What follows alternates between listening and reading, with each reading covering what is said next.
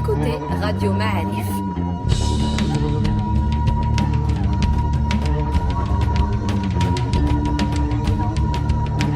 Le podcast Histoire.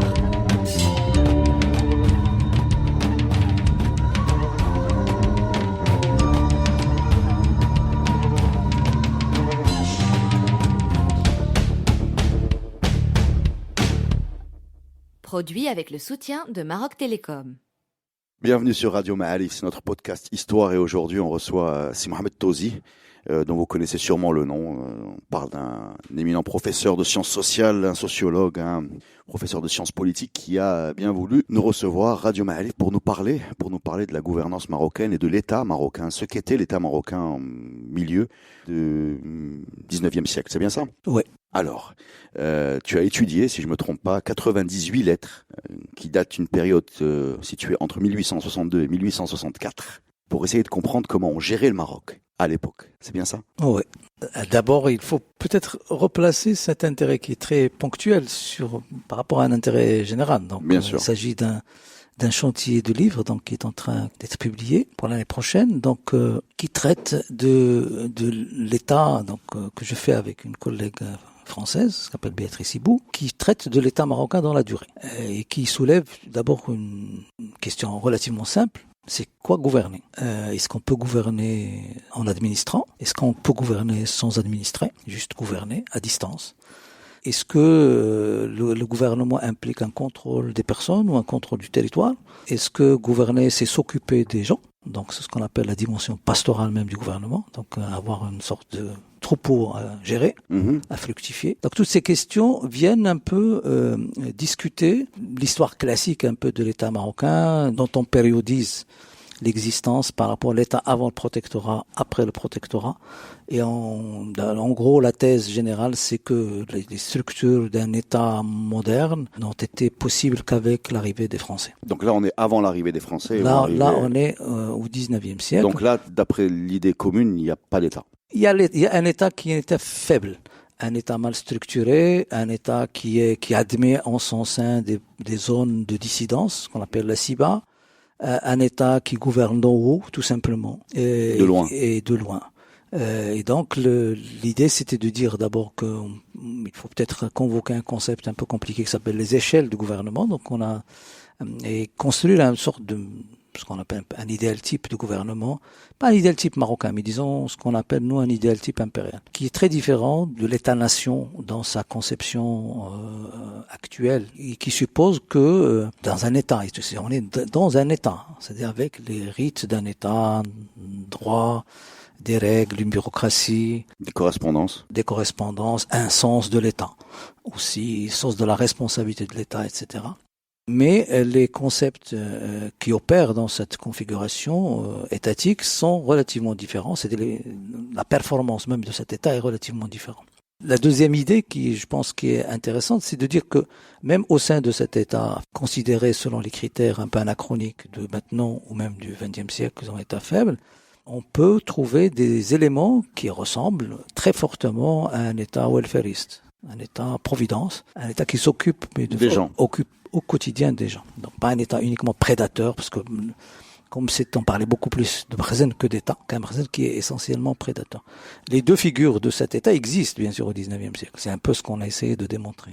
Ces deux figures d'un État presque westphalien, donc avec des limites, avec une. Westphalien, tu nous expliques ? Oui, westphalien, c'est un peu l'émergence de l'État moderne au XVIe siècle, avec pas la disparition, la remise en cause des formes impériales des États, donc l'Empire austro-hongrois ou l'Empire français ou l'Empire anglais. Et donc, on accède à des États avec des frontières, avec un droit unique, avec des citoyens, avec une langue, d'accord, etc. Donc, tu as trouvé des éléments qui ressemblent à ça. Mais aussi des éléments qui ressemblent à un État impérial classique. Voilà un peu c'est ça le contexte et la discussion qui se fait avec un peu les grandes théories de l'État. Et c'est pourquoi la question est de faire un État dans la durée, dans longue distance. Maintenant, en quoi ça sert de comprendre tous ces mécanismes ?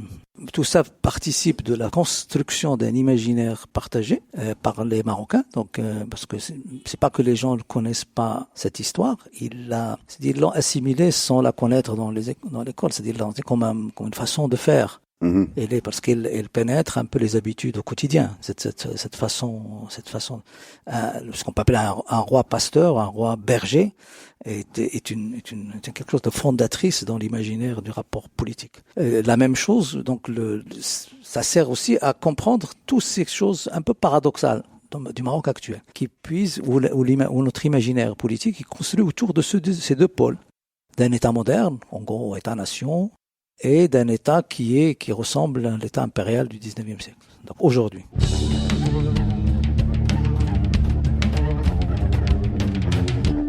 Par exemple, on peut prendre deux choses.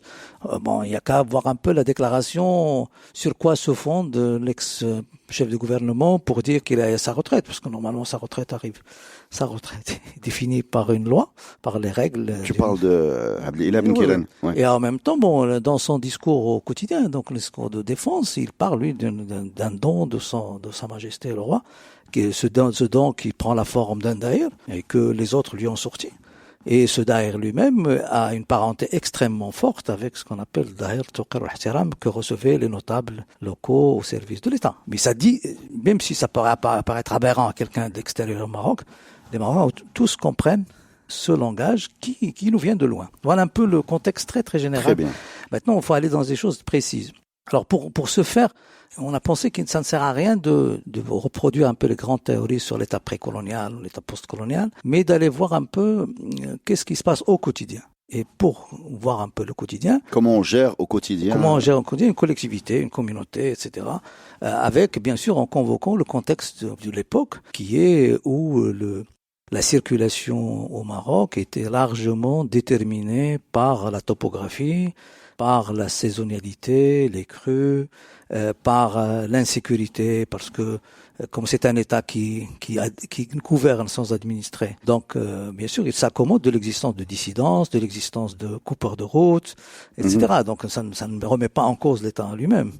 Donc dans ce contexte où on travaillant un peu sur des livres d'histoire et en les relisant d'une autre façon, en leur posant d'autres questions, on était très très très surpris de trouver que quand on parle d'échelle de gouvernement, on peut voir dans certains espaces un État extrêmement présent et très sophistiqué dans sa façon de gouverner au quotidien, sans être astreint à le faire différemment à cause de la distance. C'est-à-dire que la distance tombe. Sachant qu'un coursier simple fait à peu près 25 à 30 km par jour et que quand tu es entre Fès et Tétouan, tu as à peu près 5-6 jours de cheval. À rythme rapide avec même des relais, etc. Donc, avec tout ça, on voit que l'État, représenté ici par le roi et sa bureaucratie, parce qu'il a une bureaucratie, a une relation extrêmement forte et rapide, et une réactivité rapide passe à un espace. L'espace. Ici, c'est Tétouan. L'espace. Alors, je prends Tétouan. L'autre espace sur lequel on pourra réfléchir plus tard et qui implique un autre mode de gouvernement plus ponctuel, intermittent, à distance, de façon indirecte, par des relais, en privilégiant uniquement la collecte de l'information, etc. C'est par exemple les confins, donc Salou-Sous, sous les Oasis, etc. Donc qui implique un autre dispositif aussi efficace pour gérer le pays, mais qui n'appelle pas un engagement aussi fort et aussi quotidien. Eh bien voilà pourquoi on a prévu un podcast en deux parties. La première partie est consacrée à la gouvernance du Nord, donc de la ville des Tétouans. Et la deuxième partie sera consacrée à la gouvernance du Souss. Donc on commence par Tétouan, on est en 1862. Et... Alors ça commence donc bien sûr comme je suis pas historien de métier, donc je travaille le texte d'historique et donc mes préoccupations sont moins l'authenticité du document que ce qu'il nous dit. Et donc le corpus était déjà publié, donc je n'ai aucun mérite à l'avoir trouvé. Le corpus est publié dans différents livres, dont le plus important est Tarikh Tétouan, l'histoire de Tétouan, qui est faite par un commerçant historien. Donc c'est un commerçant historien, donc Mohamed Ben Daoud, qui a vécu au XXe siècle, qui est mort dans les années, je pense, 80, donc Tétouan. Donc c'est un des intellectuels représentatifs de la première période du XXe siècle. Qui a compilé qui a essayé, comme beaucoup d'historiens, j'allais dire, locaux, de faire l'histoire de sa ville. Donc, parce qu'il n'y avait pas d'histoire nationale. Il y avait une historiographie nationale attachée au sultan, donc aux faits d'armes des sultans, mais du moins, ce qu'on appelle l'histoire épaisse, l'histoire qui renvoie au vécu quotidien des gens, aux notabilités locales, etc., était surtout une histoire locale. Donc, on a Tarikh Tétouan de Ben Daoud, on peut avoir Daïf de Rabat, il y a Tarji à Marrakech, il y a des gens qui ont fait des histoires très, très locales. C'est quoi la situation à Tétouan, donc à cette période-là? Donc, on est le 19e siècle où le Maroc, qui passe d'un statut, j'allais dire, d'une île ou d'une presqu'île très crainte par les puissances de l'époque et qui s'ouvre malgré lui aux appétits étrangers. Donc voilà, c'est un peu ça commence par 2 défaites, la défaite de 1848 face aux Français à Isly et par une deuxième défaite face à l'armée espagnole à Tétouan en 1859. Quelles sont les conséquences de ces 2 défaites en termes la première défaite a enlevé le mystère marocain. Donc le Maroc n'est plus, parce qu'il représente un mystère pour les pays méditerranéens qui a vécu depuis la bataille des 3 rois au XVIe siècle jusqu'à la bataille d'Isly. Et la défaite de Tétouan est considérée par les historiens comme un marquant important de l'affaiblissement total de l'État marocain et le premier moment de dépendance financière qui va entraîner la colonisation par la suite. C'est un premier moment important. La crise. Parce que, un peu comme l'Allemagne, donc le Maroc est défait par les Espagnols, d'ailleurs. En 1859, ça. Oui, il est défait par les Espagnols, occupent Tétouan. Les Espagnols s'installent à Tétouan. Oui, pendant quelques mois. Et puis, en la quittant, ils imposent au Maroc une taxe. Non, c'était, disons, une indemnité de guerre que le Maroc devait payer. Donc, c'est une dette de guerre qui est assez colossale. Et pour la payer, le Maroc doit céder une partie de sa souveraineté économique, c'est-à-dire des droits de douane aux puissances installées à Tanger. D'accord. Voilà, en gros le contexte. Donc les Espagnols quittent la ville. Là, on est oui, les Espagnols quittent la ville. Mais il y a cette dette que le Maroc qu'il faut payer. D'accord. La correspondance, elle est partielle aussi, parce que c'est pas très exhaustif, mais elle traite un peu du jour où le gouverneur de Tétouan a été nommé par le Mohamed Abdelrahman, donc le le sultan de l'époque. Il est nommé comme gouverneur de Tétouan jusqu'à son épousage. Donc, en gros. Il dure combien de temps? Ça dure quand même à peu près 2 ans et demi à peu près. Donc, d'accord. Donc ce que le corpus qu'on a ici, mais le corpus est beaucoup plus large, donc il doit y avoir plusieurs. Même. Ce gouverneur de Tétouan, il est de Tétouan ou bien il est envoyé? Il est de Tétouan. Là, il est de Tétouan. Il a déjà une histoire à Tétouan. Il a déjà gouverné. Donc on le remet parce qu'il est un homme du cru. D'accord. Un homme du cru et donc on le nomme à Tétouan. Donc c'est ce que tu appelles un gouverneur. Une sorte de, Comment ça s'appelle en arabe? Il était même appelé Al-Qaïd de Achash. Donc le Qaïd de Achash. Donc c'est parce que mais l'espagnol l'appelle le gouverneur, donc le gouverneur de Tétouan. D'accord. Qui est nommé. Et en fait dans le lexique marocain c'est un Qaïd, tout simplement un Qaïd.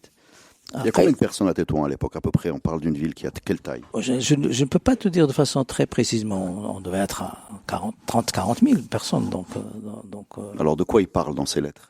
Il parle de tout. Donc on a plusieurs thématiques. Mais ce qui ressort le plus fortement dans cette correspondance et qui est extrêmement important, c'est d'abord le volume de la correspondance elle-même. Et ça, sur les 2 ans, donc là on a une centaine de lettres, mais il doit y avoir beaucoup plus. Et surtout cette réactivité, comme j'ai dit, extrêmement forte par rapport aux affaires de la ville. Donc ça suppose que l'État, parce qu'il faut parler, l'État mobilise quand même une bureaucratie des lettres qui fait les correspondances, parce que le roi n'écrit pas toutes ces lettres. Mm-hmm. Bien sûr, probablement il les lit. Il y a quelqu'un qui gère les réponses. Mais enfin, il y a tout un ensemble de scribes qui gèrent ça. Mais en même temps, tout remonte au sultan. Lui, le Qaïd, il écrit à qui en fait? Au sultan. Au sultan. C'est toujours nominatif. De toute façon, dans sultan à Qaïd, Qaïd à sultan. Donc le volume des lettres traduit une intense activité. Donc imaginons qu'il n'y a pas que ce Qaïd. Et on parle bien de 5 jours de cheval à chaque fois. 5 jours. Donc on a une centaine des milliers de Qaïd dans tout le Maroc. Et surtout que, comme le disent beaucoup d'historiens, notamment Abdelhamid, donc au 19e siècle, les circonscriptions gérées par des Qaïd deviennent beaucoup plus réduites et donc le personnel de ces gouverneurs, entre guillemets, de ces Qaïd est relativement important. Et donc chaque Qaïd reçoit des correspondances. Donc, bien sûr. C'est pas on a pris un seul. Vu l'importance de Tétouan, vu le fait qu'il soit quitté par les Espagnols, etc. Alors ça commence par d'ailleurs de nomination, et la deuxième chose, c'est les thématiques. Les thématiques. De quoi il parle? De quoi on parle? Alors, on va pas parler de toutes les thématiques, parce que d'abord, on a la dimension économique même de la ville. De la dimension économique, au-delà de cette idée un peu scabreuse, il faut le dire, du Mekhzen, qui était très véhiculé par le protectorat la veille de la prédateur uniquement. Bien sûr, il était prédateur d'une certaine façon, mais pas que. C'est que le roi, le sultan ou l'État s'occupe des affaires économiques.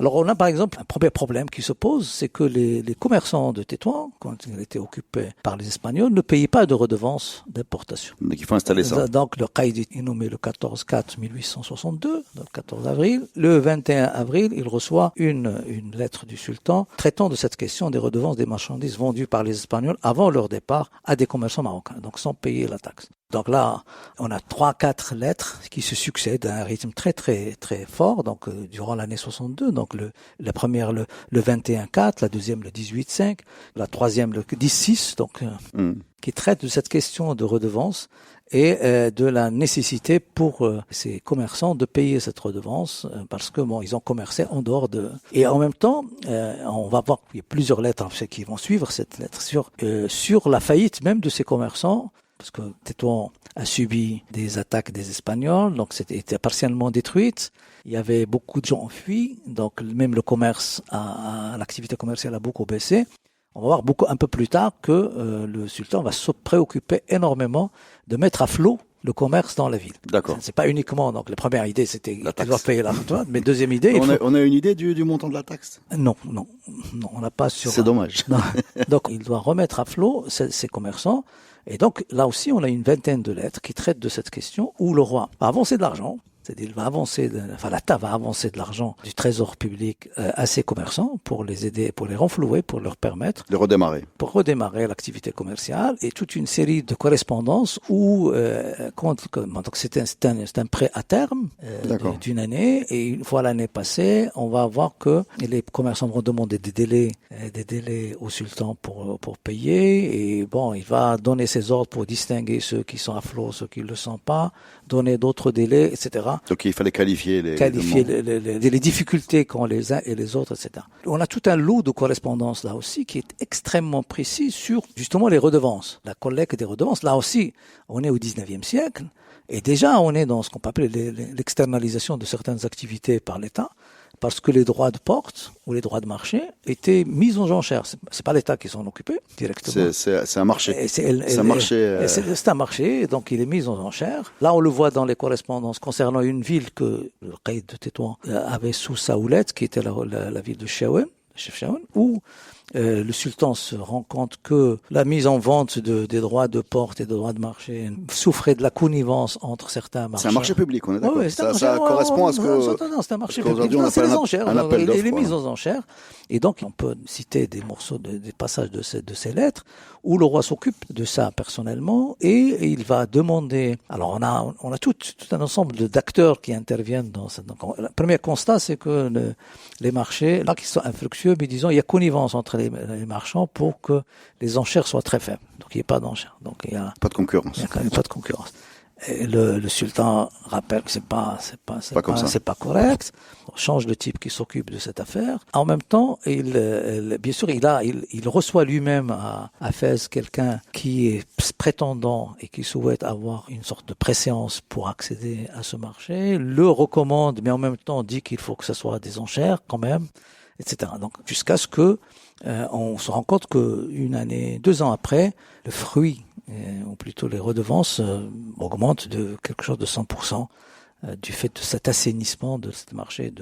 Toujours dans le deuxième grand thème, donc il y a un thème qui est plutôt factuel et qui est amusant, donc reconstituer la ville ou la construire de nouveau après, parce qu'elle a perdu ses habitants. Là aussi, il y a un événement qui est relativement intéressant. En partant, les Espagnols laissent beaucoup de bois. De bois, oui. Et bois de chauffage ou de bois de construction, essentiellement de bois de construction. Et il l'abandonne. Il le laisse, il l'abandonne pas parce qu'ils sont partis d'eux-mêmes. Donc, la reine d'Espagne de l'époque offre le bois aux habitants de Tétouan. Alors ça a fait l'objet là aussi de plusieurs correspondances autour de cette question du bois. Pour plusieurs, d'abord, qui en dispose, c'est l'État ou c'est le peuple de Tétouan. Donc c'est Et dans le peuple de Tétouan, qui va en bénéficier le premier? Donc, c'est posé la première question. Est-ce que, parmi les établissements qui ont souffert de la guerre, parce que on était comme dans une guerre qui n'est pas uniquement avec des armes blanches, c'est les premières guerres avec des canons. C'est pourquoi le Maroc avait perdu cette bataille. Donc, il y a eu des lieux de culte qui ont été détruits. Et donc, il fallait les reconstruire. Des mosquées. Les mosquées. Et se pose la question dans ces mosquées, dans ces lieux de culte habous, donc est-ce qu'on peut les construire avec un de bois donné par une catholique? Donc il y a toute une discussion, est-ce qu'on va les prendre, pas les prendre? Et là aussi, ça fait l'objet d'une très belle correspondance.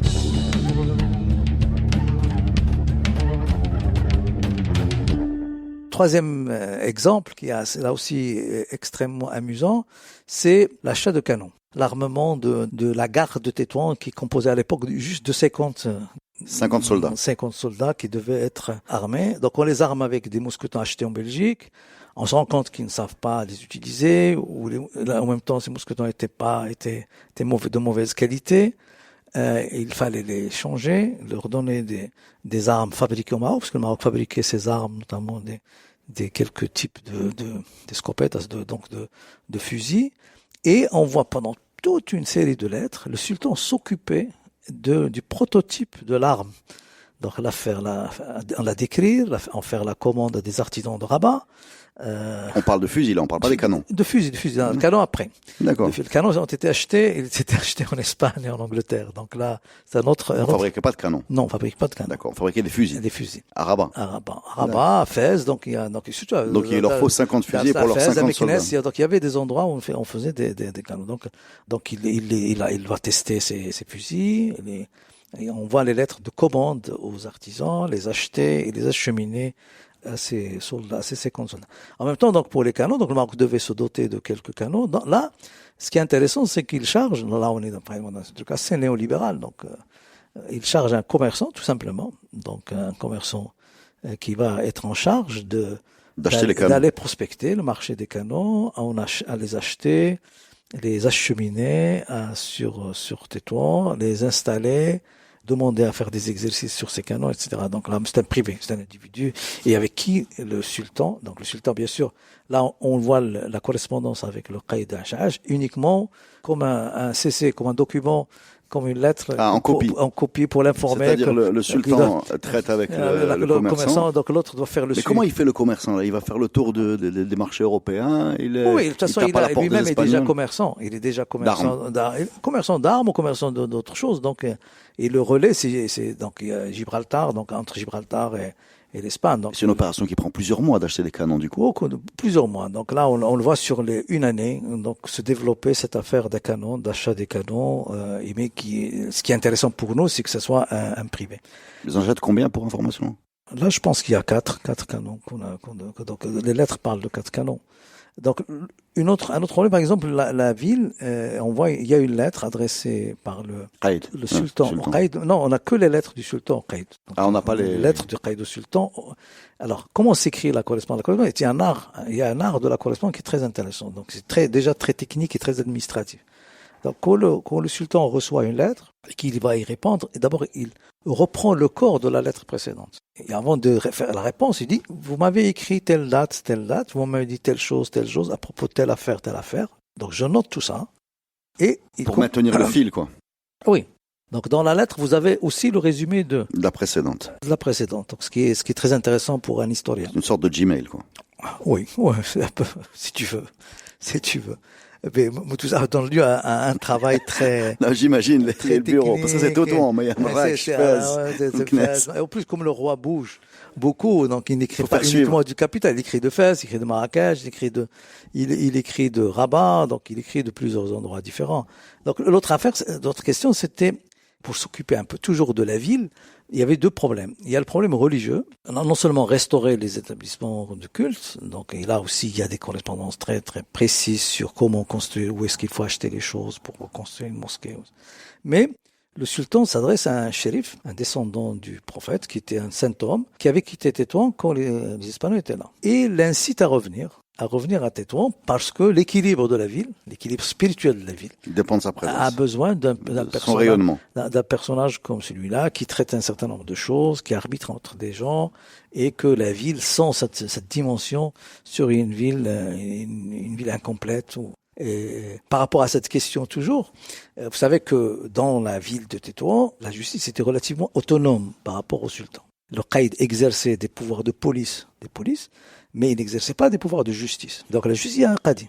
Donc à Tétouan à l'époque, le qadi de l'époque était un certain Ziben, donc qui est l'arrière-grand-père de Omar Ziben. De la justice. Qui fut ministre de la justice sous Ouais, Hassan il y a II. une certaine qui a- cohérence familiale. Et donc le qadi Ziben, à un certain moment, parce que comment fonctionne la justice? Le juge, généralement, n'applique pas une loi. Il dit la justice, ce qui est très différent du juge occidental. Donc, il dit la justice, c'est-à-dire qu'il écoute les plaignants. Et l'arbitre. Bien sûr, non, il y a un fondement juridique à ces sentences. Donc il y a la tradition musulmane, les principes de droit musulman, etc. Donc, Jurisprudence. non, pas de Non, jurisprudence. pas de jurisprudence. Donc chaque cas est à part. D'accord. Et à partir de des témoignages, des versions des plaignants, il peut se trouver devant un problème pour qualifier les faits selon le droit musulman, selon ce que dit la tradition musulmane. Donc là, il s'adresse à un ouléma. Le juge s'adresse à un expert. D'accord. Un ouléma. Et cet ouléma va dire la fatwa. C'est là où il dit ce qu'on appelle une fatwa ou une nazila. Ils disent ce que la tradition a construit comme sentence et le juge peut suivre cette fatwa ou ne pas la suivre.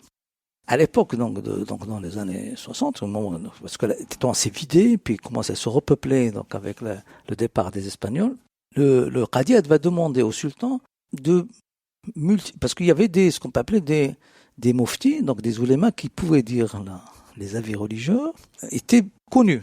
C'est pas un peu l'anarchie d'aujourd'hui. N'importe qui ne pouvait pas dire n'importe quoi. Donc, il y avait 2 ou 3. Ressources, experts religion. Validés, pas assermentés, mais disons validés. Reconnus, quoi. Donc, il y avait un seul. Et le juge va demander au roi est-ce qu'ils peuvent utiliser 3. Donc, l'expérience va durer 6 mois. Où le juge va utiliser 3 sources différentes, donc 3 muftis. Et donc ça, apparemment, donc on comprend de la correspondance, donc ça a créé énormément de problèmes dans la ville de Tétouan, parce que ces muftis, la tradition est tellement complexe, obscure, etc., qu'on peut, en fonction des uns et des autres, de l'argent qu'on reçoit des uns et des autres, qualifier les faits différemment en utilisant une casuistique identique, mais qualifier les faits différemment. Donc ça crée des problèmes. Et donc il y a eu un marché un peu de la fatwa. Donc on connaît les trois personnes qui étaient là, etc. 6 mois après, le sultan, là aussi, il s'est préoccupé de la ville, qui envoie une lettre assez ferme à son qaïd, disant de dire au qadi que désormais, il n'y aura qu'un seul mufti. Donc, on va se débarrasser des 2 autres parce que ça complique la situation et que finalement, ça ne résout pas le problème parce que chacun avait son mufti qui lui disait que c'est comme ça que la religion... Mais est-ce qu'il est envisageable d'imaginer que des gens, entre guillemets, victimes de cette justice soient plaints directement au sultan et que lui, dans la foulée... Non, mais c'est très possible, parce que là aussi, l'accès au sultan par la correspondance était très possible. La preuve que ça a continué. C'est l'enceinte de la vidéo Facebook. Les chikayettes, c'était quelque chose qui était très normal et très accepté. Donc il se préoccupe de justice, se préoccupe d'économie, de finances, marché public, marché des armes. Donc on a toute une et comme je l'ai dit tout à l'heure, ce qui est très intéressant quand on suit le factuel de ces correspondances de façon relativement précise, on est très surpris par la réactivité malgré la distance, malgré la faiblesse du personnel, malgré la faiblesse des moyens. Malgré la faiblesse des moyens de communication aussi, qu'ils soient terrestres ou autres. Oui, parce qu'on parle des petites ressources. On parle de 50 soldats, 50 fusils, 4 canons, quelques dizaines de milliers de personnes. Voilà. Et donc, avec toute cette... Avant de conclure, est-ce qu'on peut parler d'un problème dont j'ai entendu parler? C'est toi qui m'as parlé de ça, qui était présent dans les correspondances, un problème de famine, de problème de ressources alimentaires. Alors, ça, je vais te... C'est important, ça. Alors, bien sûr, Tétouan étant, et ça c'est un problème récurrent. Le marché était vide. Voilà, donc il y avait un manque de grains, donc les céréales n'étaient pas disponibles à Tétouan. Du coup, il y a un renchérissement extrême des prix des denrées alimentaires. Et donc le sultan va se préoccuper aussi de cette question de fournir du grain ou des céréales à la ville de Tétouan. Là aussi, il y a des personnages dont les noms se retrouvent ici. Donc, dans une des lettres, le roi informe Qaïd Achash qu'il a écrit aux Zoumana, donc aux chargés des affaires économiques de Safi, dont un des personnages est un Benhima, et qu'ils doivent approvisionner, donc affréter un bateau, donc acheter du grain dans la plaine de Abda, et donc et qui était un grenier, et donc acheminer les céréales, le blé, au prix coûtant à Tanger. À un certain moment, donc, une fois qu'il l'a fait, il va se rendre compte que les commerçants de Tétouan ont déjà affrété des bateaux donc la région de la Chaouia par eux-mêmes pour acheter donc pour approvisionner le marché de Tétouan. Et il va réécrire aux gens de Safi leur disant prenez votre temps, donc vous ne faites parvenir le grain que dans les 2 ou 3 mois, en attendant que les commerçants de Tétouan terminent la première livraison. Dans tout ça, le roi avance l'argent, le sultan avance l'argent, et l'État ou le sultan. Enfin, c'est pareil. Non, c'est pas pareil, parce que le sultan a fait aussi ses propriétés privées, ses affaires privées, donc c'est toujours le trésor public, mais avec une comptabilité très rudimentaire, donc bien sûr. Mais donc il avance l'argent et il vend sur le marché le grain au prix coûtant. Dans cette transaction, l'État ne fait pas de bénéfice. Donc, L'État propose une solution, fait des crédits, fait des avances, permet aux gens de s'approvisionner en grain et assure le transport jusqu'à Tétouan et elle vend ça au prix coûtant. Mais si on peut conclure sur cette correspondance avec la ville de Tétouan, comment tu qualifierais ce mode de gouvernance? On est dans un État moderne? En tout cas, on est dans un État qui gouverne au quotidien. Même moderne, ça ne veut rien dire. Disons, on est dans un État qui gouverne au quotidien. Qui bosse, oui, qui travaille, qui se préoccupe dans le détail des affaires des ressortissants, qui se sont responsables du sort des Tétouanais. Bien sûr, c'est une responsabilité ce qu'on appelle une responsabilité pastorale. C'est le pasteur responsable de ses brebis. Donc, ça ne suppose pas une liberté de ses brebis. C'est-à-dire, il faut juste que le loup ne les mange pas. Il faut les engraisser, il faut s'en occuper, il faut pas les perdre. Donc il y a cette préoccupation relativement forte. En même temps, bon, bien sûr, ce que ça nous dit aussi, c'est qu'il y a une vraie bureaucratie derrière qui fait un suivi au plus proche des affaires de la ville et même de ses environs. Donc j'ai pas trop parlé parce qu'il y a aussi des problèmes d'insécurité qui se posent, d'arbitrage entre des tribus, et donc où le roi intervient. Par exemple, il y a une lettre qui est très intéressante sur un caïd qui gère sa propre tribu, donc qui collecte de l'impôt auprès de ses tribus, donc mais qu'une partie de ses tribus a habité Tétouan.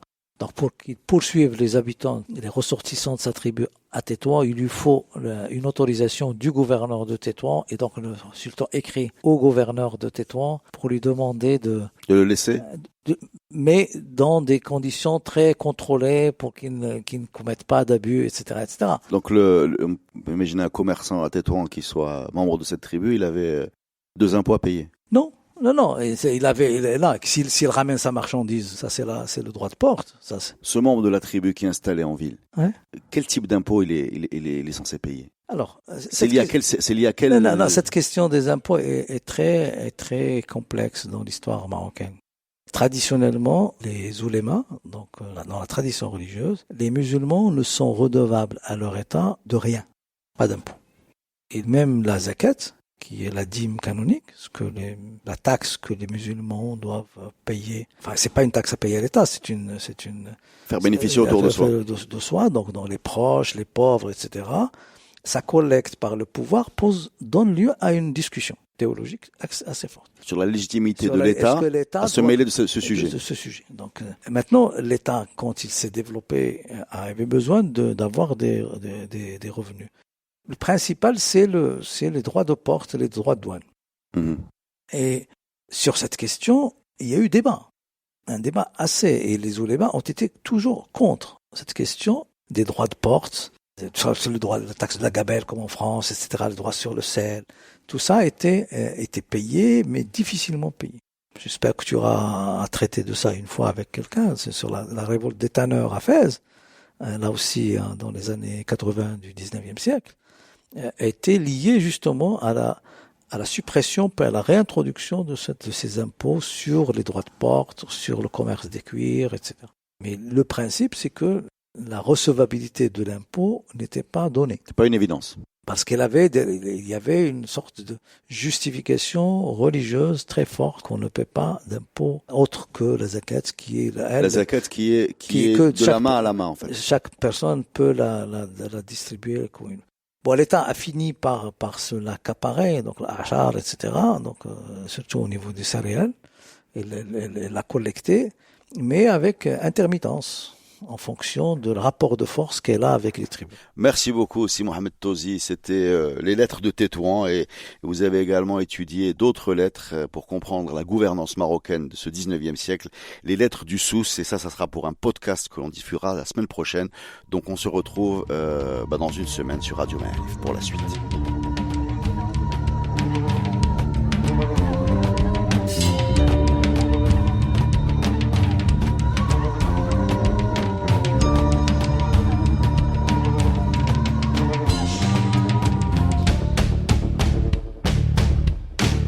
Ce podcast est produit avec le soutien de Maroc Télécom. Maroc Télécom, un monde nouveau vous appelle.